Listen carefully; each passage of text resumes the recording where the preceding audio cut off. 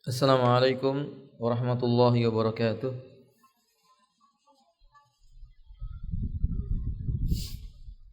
Innal hamdalillahi nahmaduhu wa nasta'inuhu wa nastaghfiruhu wa natubu ilaihi wa na'udzu billahi min shururi anfusina wa min sayyiati a'malina. Man yahdihillahu fala mudilla lahu wa man yudlilhu fala hadiya lahu. Ashhadu an la ilaha illallah wahdahu la syarika lah wa ashhadu anna Muhammadan abduhu wa rasuluhu. Allahumma salli ala Muhammadin wa ala alihi wa ashabihi wa man tabi'ahum bi ihsanin ila yaumiddin. Amma ba'du. Qala Allah tabaraka wa ta'ala, ya ayyuhalladzina amanu taqullaha haqqa tuqatih wa la tamutunna illa wa antum muslimun. Wa ba'du, fa inna asdaqal hadisi kitabullah wa khairul hadi hadi Muhammadin sallallahu alaihi wa alihi wa sallama wa syarrul umuri muhdatsatuha inna kulla muhdatsatin bid'atun wa kulla bid'atin dhalalatun wa kulla dhalalatin finnar. Ummah dan akhwat yang dimuliakan oleh Allah, kita melanjutkan membaca kitab Mausu'atul Manahi Asy-Syar'iyyah, ensiklopedia larangan di dalam Islam menurut Al-Quran dan Sunnah. Kita lanjutkan poin yang ke-23. Silakan dibantu dibaca.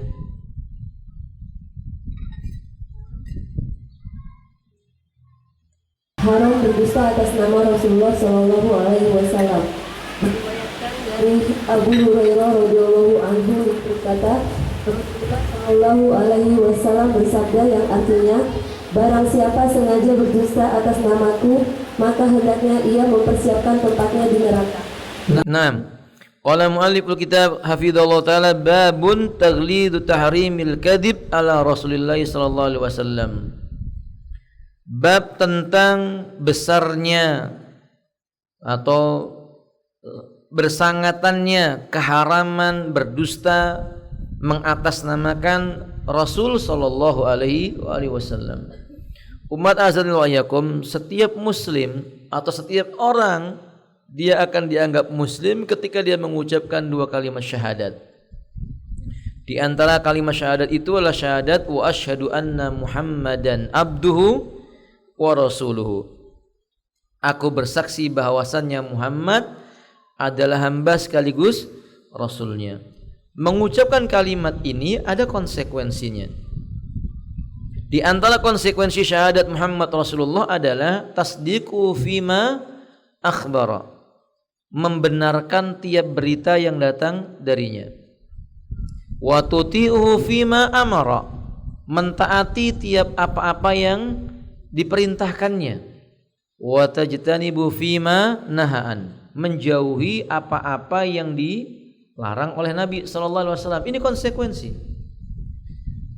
Di antara hal yang dilarang oleh Nabi adalah berdusta, lebih-lebih kalau dusta itu dinisbatkan kepada agama Allah, termasuk kepada Nabi sallallahu alaihi wasallam. Rasulullah mengingatkan, iyyakum wal kadzib, hati-hatilah engkau dengan kedustaan, jauhi dusta. Innal kadziba yahdi ilal fujur, karena dusta akan mengantarkan orang berbuat dosa-dosa. Wa innal fujura yahdi ilan nar, dan dosa akan mengantarkan orang jatuh ke jurang neraka. Bahkan Nabi mengingatkan, dusta itu sifatnya orang-orang yang paling celaka. Siapa ini umat? Munafik. Nabi sallallahu alaihi wasallam mengatakan, ayatul munafik salas. Bohong itu tanda munafik itu ada 3.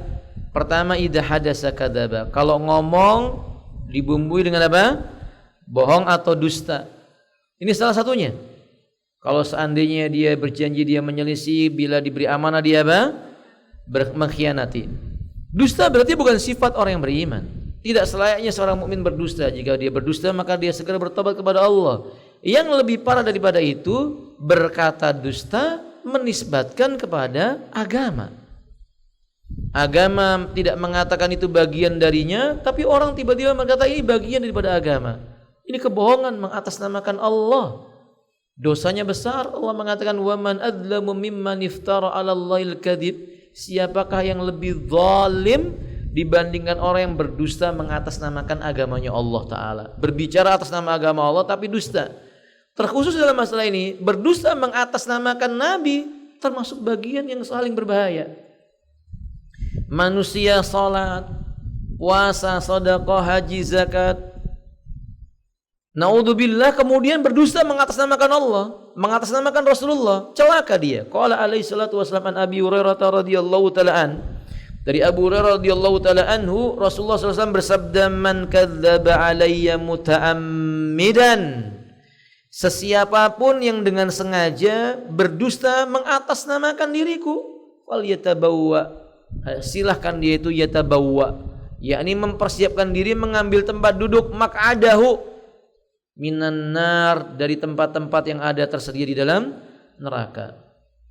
Kam minan nas hadzal yawma ayuhan nisa, ayatuhan nisa, ayatuhal akhwat wal ummahat wa ayuhal ikhwatil kiram azalil wa iyyakum.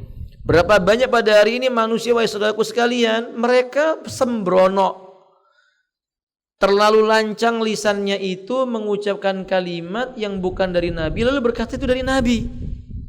Padahal yang keluar dari lisannya ditanyakan oleh Allah Subhanahu wa taala, dimintai pertanggungjawaban. Allah mengatakan wala taqfu ma laisa laka bihi ilmun. Kata Allah, jangan kau katakan sesuatu yang kamu tidak mengetahui atau kamu tidak punya keilmuannya.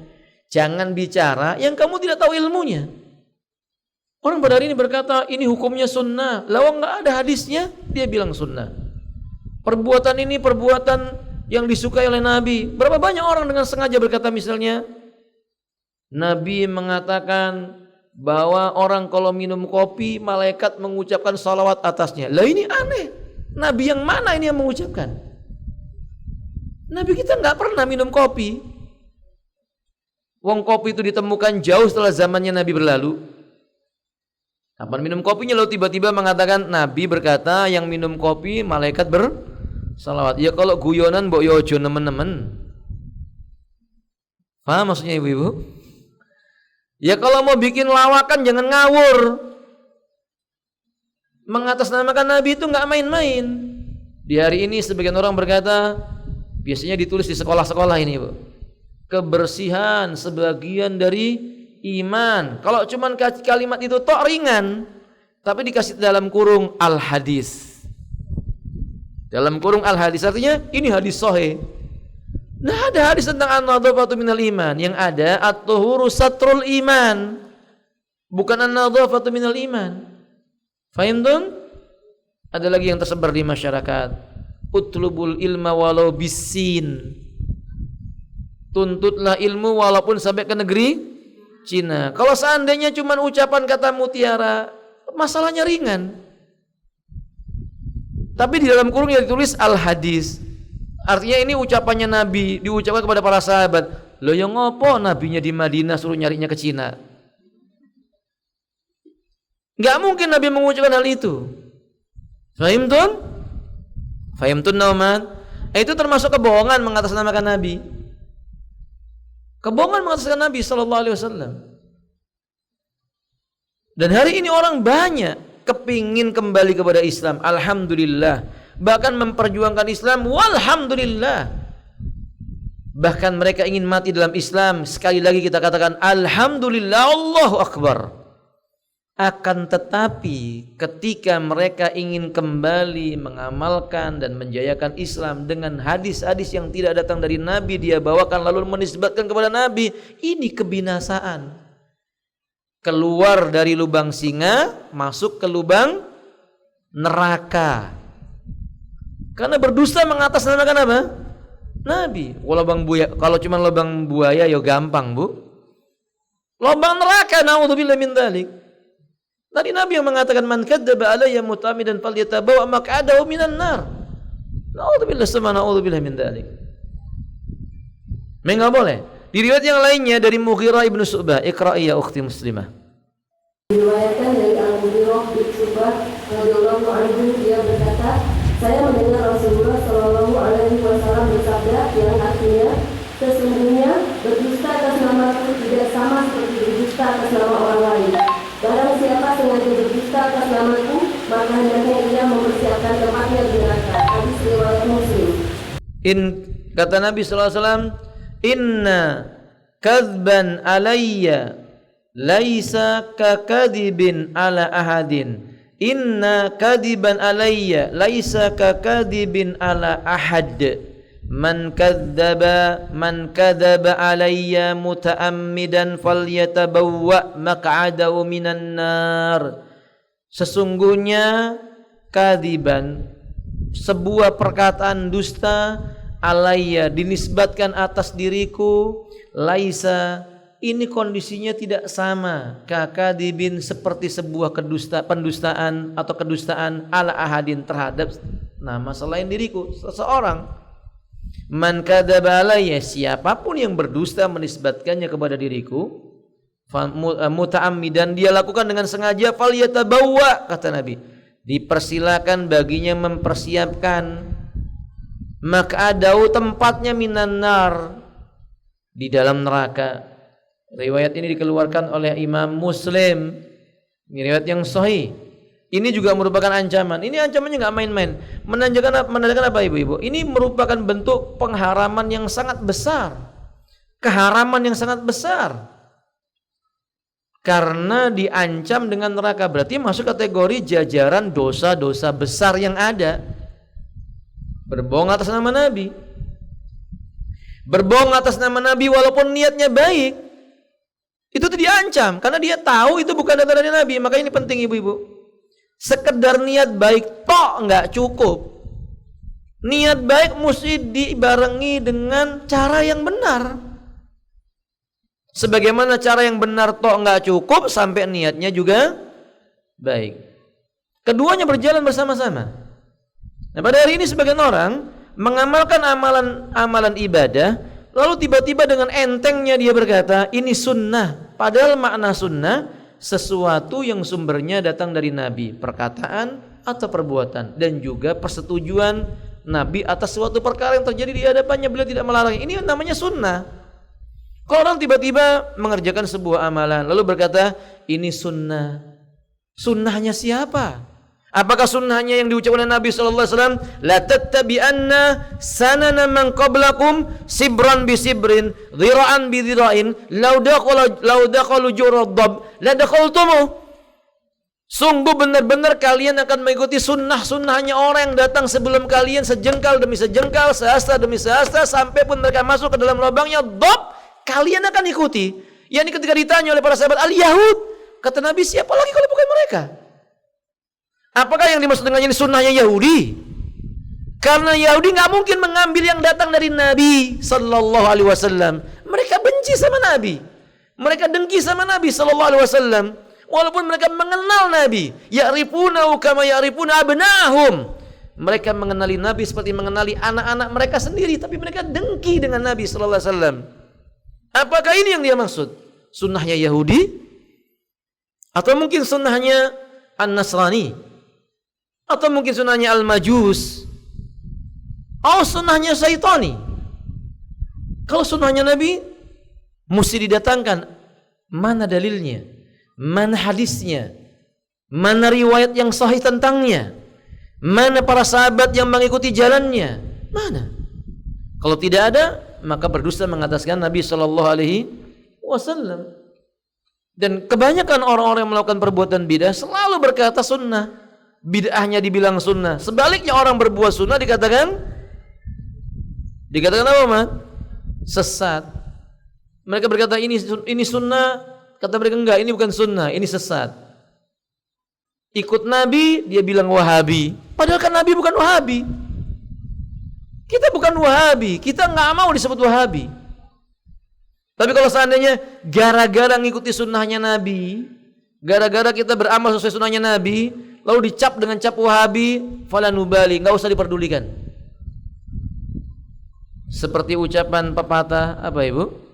Anjing menggonggong. Ah, sudah hafal ibu-ibu. Begitu kita lakukan. Satu lagi, ukhti, silahkan dibaca.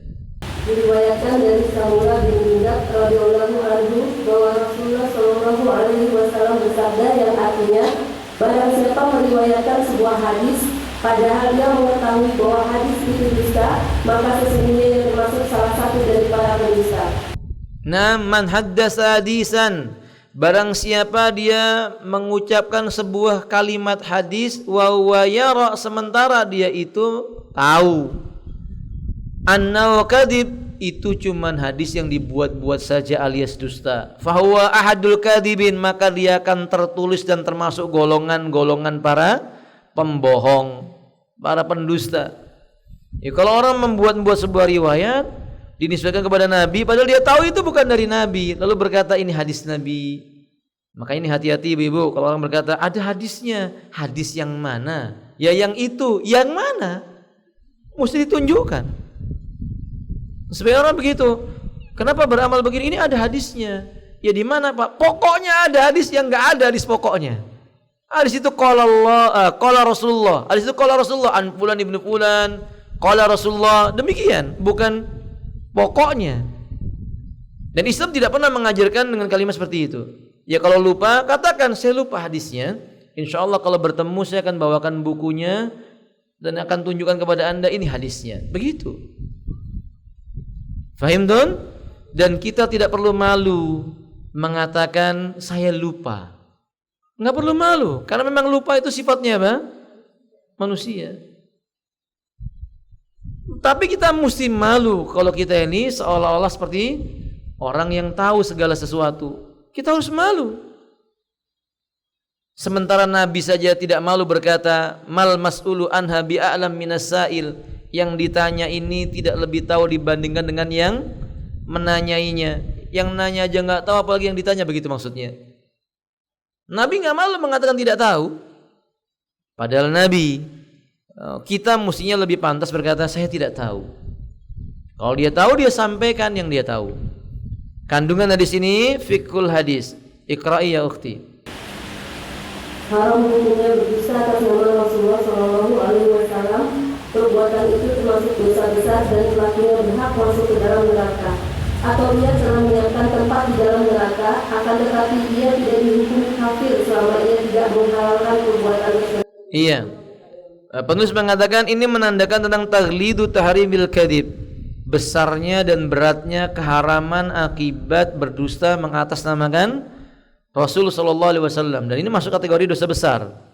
Orang yang mengucapkan kedustaan mengatasnamakan Nabi sama dengan mempersiapkan dirinya jadi bahan bakar api neraka.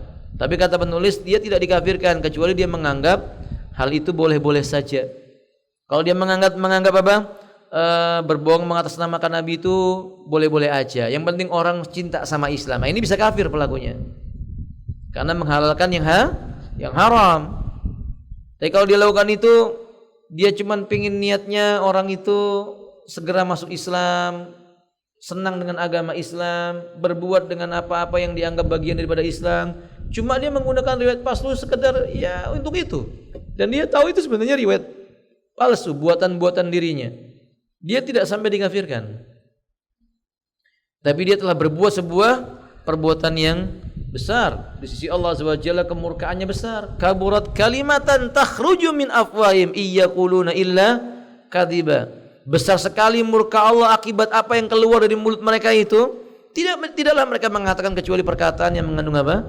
Kedustaan. Dan umat ini penting. Dakwah enggak boleh pakai dalil palsu. Ngajak manusia kepada Allah enggak boleh dengan kegelapan. Allah itu jalannya terang. Jangan dibawa manusia ke jalan yang terang itu menggunakan sesuatu yang menjijikkan.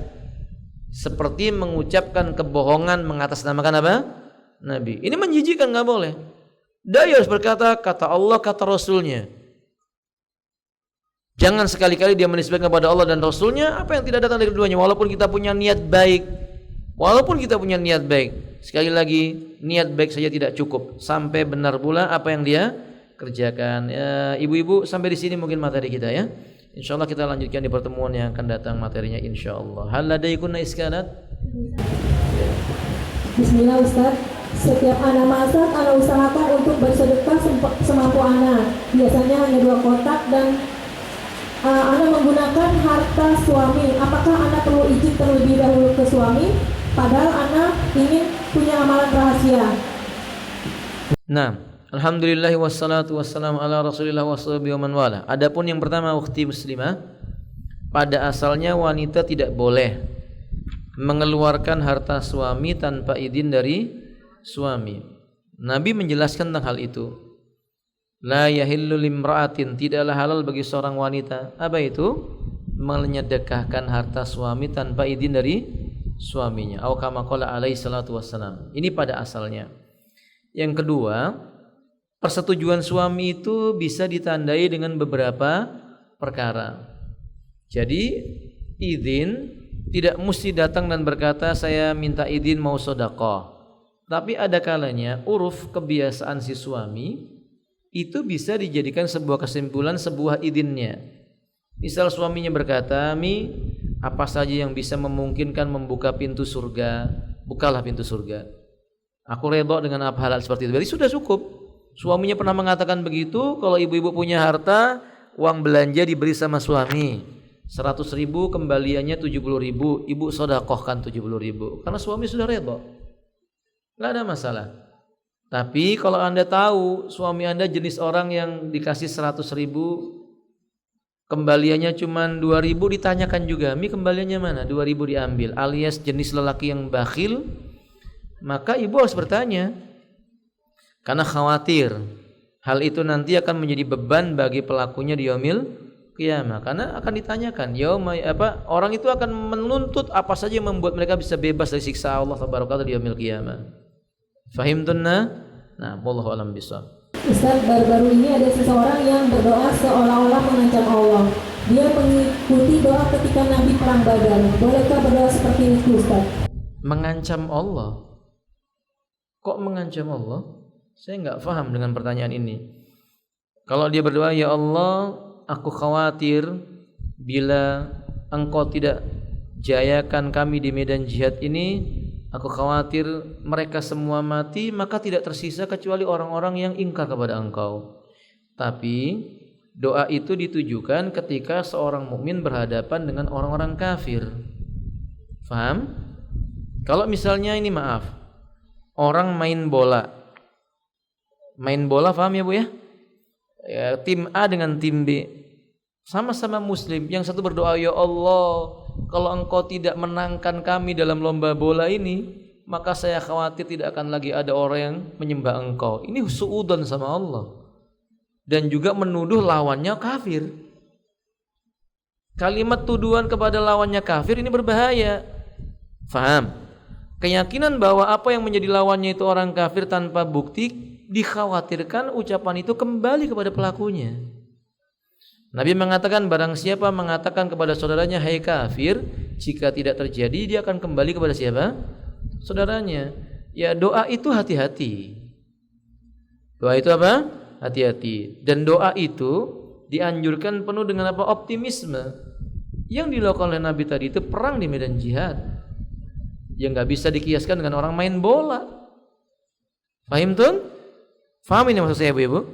Nah, semoga bermanfaat. Wallahu a'lam bishawab. Ustaz, bolehkah kita bekerja di distributor yang ada produk non halal seperti produk makanan Jepang yang belum ada logo halalnya? Kok bisa tahu non halal? Apa ada bukti tentang ketidakhalalannya? Tahukah kita ummahat Islam punya kaidah? Apa kaidahnya? Al aslu fil adati ibahah, al aslu fil asya'i mubah awil ibahah. Segala sesuatu yang bersifat selain agama, makanan, pakaian, hal-hal yang berbau unsur dunia, pada asalnya dihukumi halal. Sampai kita punya bukti bahwa benda itu dihukumi apa? Haram. Sampai ada bukti-bukti tentang keharamannya. Kita nggak boleh menuduh sebuah makanan itu haram tanpa bukti haram. Ibu-ibu tetangganya non muslim datang ke ibu-ibu bawa bakpao isi kacang hijau, terima nggak? Apa ibu mesti nanya, ntar dulu ada stempel halalnya nggak? Ya nggak mungkin tetangga ibu minta stempel halal dari MUI. Paham tuh? Walaupun tetangga ibu non muslim, apa Anda akan berkata, maaf saya nggak bisa terima makanan dari non muslim? Kalau begitu agama Islam menyempitkan dada seseorang. Kan Nabi kita nggak mengajarkan begitu. Nabi kita mengajarkan menghukumi itu zahirnya. Ya kecuali ibu lihat orang ini kemarin menyembelih babi, dia cincang-cincang, dia bikin dendeng atau dia bikin rendang. Habis itu dia bikin bakpao, dimasukkan ke dalam bakpao itu daging babi. Ya ibu akan berkata ini tidak halal bagi saya. Karena daging babi haram hukumnya bagi manusia. Bukan bagi kaum muslimin saja, haram bagi semua manusia. Paham ibu-ibu? Nah sekarang kembali kepada pertanyaannya. Bekerja di sebuah perusahaan, kalau memang hukum asal makanannya itu makanan halal, misalnya makanannya roti begitu, atau ya produk-produk makanan yang bisa dimakan, beras misalnya, atau jagung yang dikemas misalnya, hukum asalnya ya halal. Kecuali Anda yang bertanya melihat ternyata dicampur sama minyak babi Ustaz, tanpa ragu lagi. Walaupun di sana ada produk-produk yang halal yang dijual, ibu keluar cari perusahaan yang lainnya. Kalau nggak diterima di pekerjaan yang lainnya, ibu jualan gorengan lebih baik. Fahim tun? Karena Allah akan membukakan pintu rezeki bagi orang yang bertakwa kepada Allah Ta'ala. Wa may yattaqillaha yaj'al lahu makhraja wa yarzuqhu min haitsu la yahtasib. Barang siapa bertakwa kepada Allah, Allah akan adakan baginya jalan keluar dan Allah akan beri kepadanya rezeki dari arah yang tidak disangka-sangka. Wallahu a'lam bishawab. Nah, Ustaz, bagaimana hukumnya memberi nama anak dengan nama kota haram, contohnya Mekah atau Medina? Medina maksudnya Madinah, tapi dibuat Medina. Ada aja orang-orang ini, Bu ya, Masya Allah. Mekah jadi apa? Meikah. Itu bukan nama kota Mekah. Meikah bukan dengan apa? Meikah beda dengan apa? Makkah. Ya, wallahu alam bishawab. Ummahat, anjurannya memberi nama itu memberi nama manusia dengan nama yang pantas buat apa? Manusia. Tapi saya tidak melihat adanya larangan. Artinya begini, saya sependek yang saya ketahui tidak ada dalil yang melarang seseorang diberi nama apa? Madinah. Tapi anjurannya mestinya nisbat kepada Madinah. Misal ibu melahirkan anak di Madinah, ya sudah, maka diberi nama apa? Al-Madani. Kalau misalnya dia lahirnya di Mekah, dikasih nama apa? Al-Makki. Artinya orang yang pernah tinggal di kota Mekah atau di kota Madinah. Tapi diberi nama Madinah atau diberi nama apa? Mekah, ya kurang tepat, tapi tidak diharamkan. Wallahu a'lam bishawab. Boleh. Nah. Ustaz, apakah kita boleh meminjamkan uang kepada saudara untuk keperluan kampanye caleg beliau dan beliau berjanji akan mengembalikan setelah selesai pencoblosan? Allahul musta'an. Wa alaihi tiklan. Allah lah tempat meminta pertolongan dan hanya kepada Allah kita bertawakal. Wallahu a'lam bishawab. Cari yang lainnya, Ibu. Anda mempunyai masalah dengan suami. Ketika orang-orang bertanya, Anda selalu berbohong kalau Anda dan suami baik-baik saja. Apakah boleh Anda selalu berkata begitu, Ustaz? Karena Anda berpikir tidak semua orang harus tahu masalah Anda. Mohon nasihatnya, Ustaz. Iya, diganti lafadznya. Lafadznya kalau ditanya gimana kondisimu dengan suamimu, alhamdulillah. Ucapkan alhamdulillah. Segala puji bagi Allah. Ini salah satu nikmat yang Allah berikan kepadaku. Sudah cukup. Karena nikmat itu bisa berupa cobaan, kesenangan, dan bisa cobaan apa? Kesusahan. Jangan ibu katakan apa? Oh, baik-baik saja. Tidak boleh seperti itu. Tapi cukup ucapkan dengan kalimat apa? Alhamdulillah, ini merupakan nikmat Allah buat diriku. Sudah cukup. Kalau ada orang mengatakan lagi, loh, benar kamu nggak punya masalah, maka sampaikan nasihat kepadanya, la tattabi auratal mu'min. Jangan cari-cari aib dan kekurangannya orang yang beriman. Naam kadzalik, wallahu a'lam bishawab. Ustaz, Ana mau tanya, apakah akikahan anak umur 2 tahun masih disebut akikah atau hanya sebagai sedekah? Kemudian kambing yang sudah disembelih, apakah boleh dibagi daging mentahnya atau harus dimasak dulu? Ulama berbeda pendapat apakah akikah setelah mencapai waktu lebih daripada 7 hari atau kelipatannya yakni 38 hari atau sebelum mencapai usia mumayyiz ini masih dianggap sebagai akikah atau tidak. Ulama berbeda pendapat. Jumhur ulama seperti Imam Ibnu Qayyim berpendapat ini termasuk akikah. Boleh. Hanya saja dia meninggalkan yang sunnah diakikahinya pada usia 7 hari atau 14 hari atau 21 hari atau 28 hari maksud saya atau 28 hari begitu maksud saya. Maka umat a'azanillahu wa iyyakum jumhur memilih hal ini karena lafaz hadis yang menyebutkan tentang kalimat tudbahu yawma sabihi disembelikan pada hari yang ke-7 ini dipalingkan kepada makna mustahabbat disukainya pada hari yang ke-7. Tapi seperti Al-Imam Abu Hanifah, Daud Al-Dhairi dan yang lainnya berpendapat batasnya sesuai dengan dhair hadis. Kecuali dia tidak memiliki kemampuan, maka dia boleh menunda sampai dia punya kemampuan. Yang tidak boleh dia punya kemampuan, kemudian dia menunda sampai batas waktu kapan-kapan dia mau baru dia lakukan. Ini yang tidak diperbolehkan. Maka tidak dianggap akikah kalau ini. Tapi kalau dia karena dia tidak mampu, pas qadarullah 2 tahun dia punya kemampuan, maka dia boleh. Dan ini pendapat yang paling kuat, itu tetap dianggap akikah kalau memang dia mampunya pada saat itu. Wallahu alam. Yang kedua, apakah daging akikahnya itu sebaiknya dibagikan dalam bentuk mentah ataukah dalam bentuk dimasak?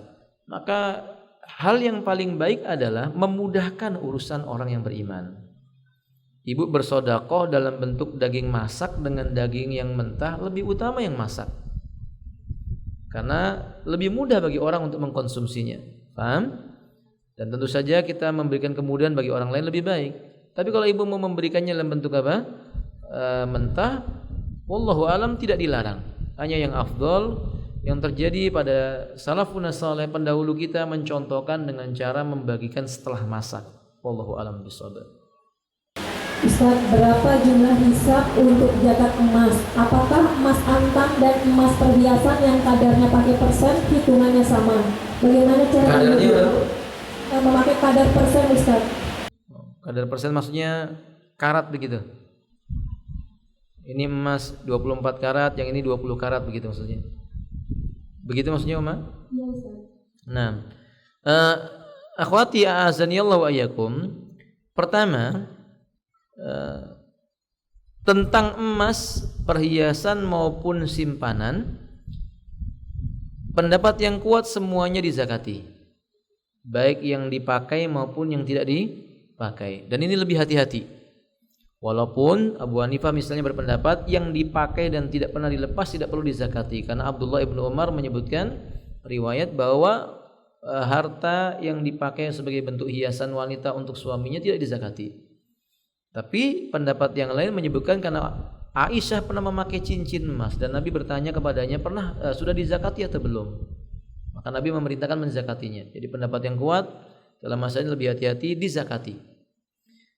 Kedua, zakatnya dikeluarkan sesuai dengan jenisnya. Ya, kalau jenisnya emas ya keluarkan zakatnya 2,5% dari emas tersebut. Karena kalau seandainya ibu memiliki 100 gram emas, keluarkan 2,5% dari 100 gram tersebut. Tinggal berapa gramnya, ibu kalikan 2,5%-nya. Kemudian kalau misalnya Ustaz, kondisi emasnya itu karatnya berbeda, bagaimana cara menzakatinya? Ada 2 cara. Cara yang pertama, emas itu dikonversi dalam bentuk uang. Jadi emas yang 20 karat itu sekian gram, konversinya berapa rupiah? Kemudian emas yang 24 karat itu sekian gram, konversinya berapa rupiah? Lalu digabungkan jumlah emasnya tadi 100 gram, cuman berbeda, yang ini 24 karat, yang ini 20 karat. Maka cara mengeluarkan zakatnya dari konversi uangnya tadi. Faham maksudnya Ibu? Misal total jumlah uangnya 80 juta, berarti dari 80 juta itu dikeluarkan 2,5%-nya. Fahim tun? Dan di negeri kita kebanyakannya wanita atau laki-laki yang menyimpan emas, mereka mengeluarkannya tidak berbentuk emas. Sahih? Ibu punya emas 100 gram, pasti ibu mengeluarkannya tidak dalam bentuk emas. Padahal yang dianjurkan dalam bentuk apa? Emas. Tapi diperbolehkan. Nah kalau begitu, yang dikeluarkan adalah hasil konversinya, uangnya.